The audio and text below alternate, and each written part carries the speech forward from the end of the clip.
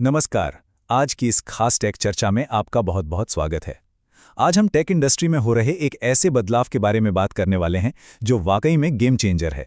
देखिए, हम एक ऐसी दुनिया से आगे निकल रहे हैं जहां एआई सिर्फ हमारे प्रॉम्प्ट्स का जवाब देता था या हमसे बातें करता था। अब हम एक ऐसे युग में कदम रख रहे हैं जहां एआई असल में एक्शन ले सकता है, बाहरी सिस्टम्स के साथ खुद जुड़ सकता है और अपने आप काम पूरे कर सकता है। हर तरफ बस एआई एजेंट्स की ही चर्चा है ना? लेकिन तकनीकी रूप से ये काम कैसे करते हैं? ये हमारे जाने पहचाने लार्ज लैंग्वेज मॉडल्स यानी एलएलएम्स से कितने अलग हैं? आइए आज के इस विश्लेषण में इस पूरे विषय को इसके कोर आर्किटेक्चर से समझते हैं और इसे डिकोड करते हैं। तो चलिए सीधे मुद्दे पर आते हैं।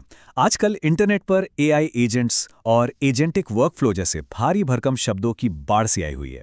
लेकिन इन सब के पीछे का जो असली सवाल है वो ये है कि क्या होता है जब एआई सिर्फ बातें करना बंद कर दे और असल में काम करना शुरू कर दे। जरा सोचिए, जब एक एआई मॉडल सिर्फ प्रोबेबिलिटी के आधार पर अगला शब्द गैस करने के बजाय उस आउटपुट का इस्तेमाल करके खुद कोई एक्शन लेने लगे तो पूरी तकनीक का दायरा ही बदल जाता है।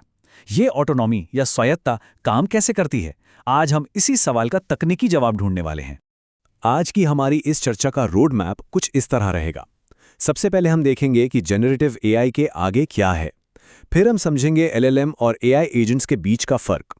उसके बाद हम एक एजेंट के अंदर के आर्किटेक्चर को डिकोड करेंगे, एजेंटिक वर्कफ्लो को समझेंगे और आखिर में बात करेंगे मल्टी एजेंट सिस्टम्स की। हम इसे बिल्कुल स्टेप बाय स्टेप कवर करेंगे। तो शुरुआत करते हैं हमारे पहले भाग से, जेनरेटिव एआई के आगे की दुनिया।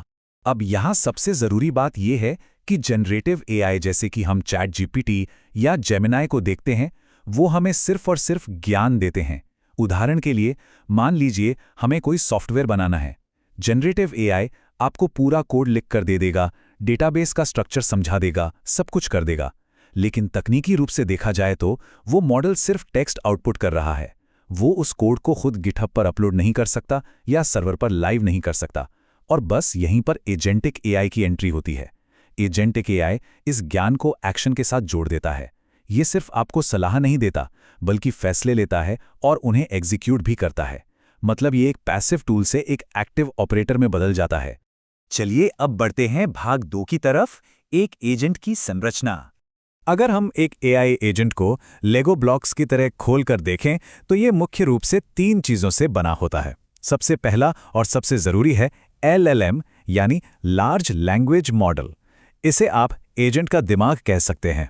इसके बिना कोई प्रोसेसिंग नहीं हो सकती। दूसरा अहम हिस्सा है मेमोरी। आपने कई बार नोटिस किया होगा कि एआई से 2-4 सवाल पूछने के बाद वो पुरानी बातें भूलने लगता है। तो एक अच्छे एजेंट के पास मेमोरी का होना बहुत ज़रूरी है, जो कॉन्टेक्स्ट विंडो के रूप में काम करती है और पुराने प्रॉम्प्ट्स, सिस्टम स्टेट और एपीआई रिस्पॉन्स को याद रखती है।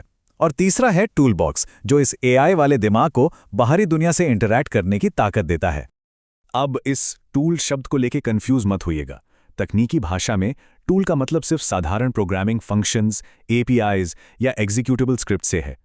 ये एक सिंपल रेस्ट एपीआई कॉल हो सकता है, कोई डेटाबेस क्वेरी हो सकती है, या पाइथन का कोई सैंडबॉक्स एनवायरनमेंट हो सकता है जहां कोड रन किया जा सके। जब हम कहते हैं कि कोई एजेंट टूल इस्तेमाल कर रहा है, तो बैकएंड पर असल में वो एलएलएम एक जेसन पेलोड जनरेट कर रहा होता है। सिस्टम उस पेलोड को पार्स करके बाहरी एपीआई को हिट करता है। जैसे अगर डेटाबेस में कुछ नया जोड़ना है, तो एजेंट का एलएलएम सही पैरामीटर्स के साथ वो जेसन बनाएगा और टूल उसे रन कर देगा। बहुत ही सिंपल। और ये स्लाइड बिल्कुल सटीक तरीके से दिखाती है कि ये काम कैसे करता है। पुराने सॉफ्टवेयर डेवलपमेंट में किसी भी फंक्शन को चलाने के लिए हमें एकदम सटीक एपीआई एंड पॉइंट्स और हार्ड कोडेड राउटिंग की जरूरत पड़ती थी। लेकिन अब नेचुरल लैंग्वेज प्रोसेसिंग या एनएलपी की वजह से एआई हमारी आम बातचीत से ही इंटेंट और एंटिटीज को समझ लेता है।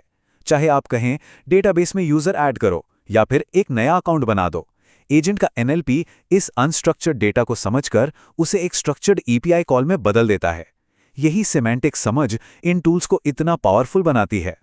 अब आते हैं भाग 3 पर, एजेंटिक वर्कफ्लो। आइए देखते हैं कि ये सारे कंपोनेंट्स एक साथ काम कैसे करते हैं। इसे आप ऑटोनॉमस लूप कह सकते हैं। टेक की दुनिया में इसे रिएक्ट यानी रीजन एंड एक्ट लॉजिक भी कहा जाता है। ये कोई सिंगल स्टेप प्रोसेस नहीं है, बल्कि एक लूप है। सबसे पहले एजेंट तय करता है कि उसे करना क्या है, यानी वो प्लान बनाता है। फिर वो अपने टूल बॉक्स से सही टूल चुनकर एक्शन लेता है और इसके बाद जो सबसे क्रिटिकल स्टेप आता है वो है रिफ्लेक्शन। यहाँ एआई खुद अपने काम को चेक करता है। क्या एपीआई ने 200 ओके दिया या 404 एरर आ गया? अगर एरर आता है तो एजेंट क्रैश नहीं होता, वो वापस जाता है, अपने जेसॉन को डीबग करता है और फिर से कोशिश करता है। जब सब कुछ सही हो जाता है तभी वो फाइनल रिस्पॉन्स देता है ना कमाल की बात? अब इस कॉम्प्लेक्सिटी को एक लेवल और ऊपर ले चलते हैं, हमारे चौथे भाग में, मल्टी एजेंट सिस्टम। अब जो चीज़ इस स्लाइड में सबसे दिलचस्प है वो है ये टास्क क्लासिफायर। ये बिल्कुल किसी चौराहे पर खड़े ट्रैफिक पुलिस वाले की तरह काम करता है।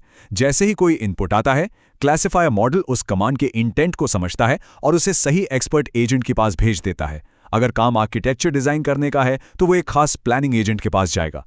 अगर कोड जनरेट करना है तो उसे कोडिंग एजेंट हैंडल करेगा, जिसके पास पाइथन या जावास्क्रिप्ट के टूल्स हैं। और अगर कोड टेस्ट करना है तो वो काम टेस्टिंग एजेंट का है। मतलब हर एजेंट अपने डोमेन का उस्ताद है। और ये मल्टी एजेंट सिस्टम बहुत ही डायनामिक तरीके से आपस में बात करता है। ये एजेंट्स बड़ी आसानी से एक दूसरे को काम पास कर सकते हैं, जिससे हम हैंड ऑफ कहते हैं। ये सब एक शेयर्ड मेमोरी लेयर का इस्तेमाल करते हैं, इसलिए कोडिंग एजेंट को हमेशा पता होता है कि प्लानिंग एजेंट ने क्या तय किया था। संदर्भ के आधार पर किसी एजेंट को बाईपास करके सीधे दूसरे एजेंट को भी काम सौंपा जा सकता है। और अंत में इन सब की मेहनत से जो एक फाइनल बढ़िया सा रिजल्ट निकलता है वो यूजर को डिलीवर कर दिया जाता है।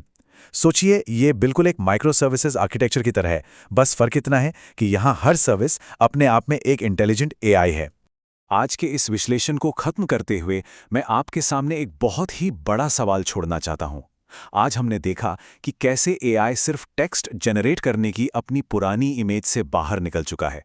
अब ये ऑटोनॉमस तरीके से प्लान कर सकता है, टूल्स चला सकता है और खुद की गलतियां भी सुधार सकता है। जब एआई एजेंट्स इतने स्मार्ट हो जाएंगे कि वो कॉम्प्लेक्स मल्टी एजेंट सिस्टम्स में एक दूसरे से बात करके पूरे के पूरे प्रोजेक्ट्स खुद हैंडल कर लें, तो सॉफ्टवेयर डेवलपमेंट और सिस्टम आर्किटेक्चर का भविष्य कैसा होगा? ये सच में एक बहुत ही पावरफुल और थोड़ा हैरान कर देने वाले भविष्य की शुरुआत है। खैर, आज के इस डीप डाइव में हमारे साथ जुड़ने के लिए आपका बहुत बहुत शुक्रिया। उम्मीद है आपको ये तकनीकी सफर पसंद आया होगा।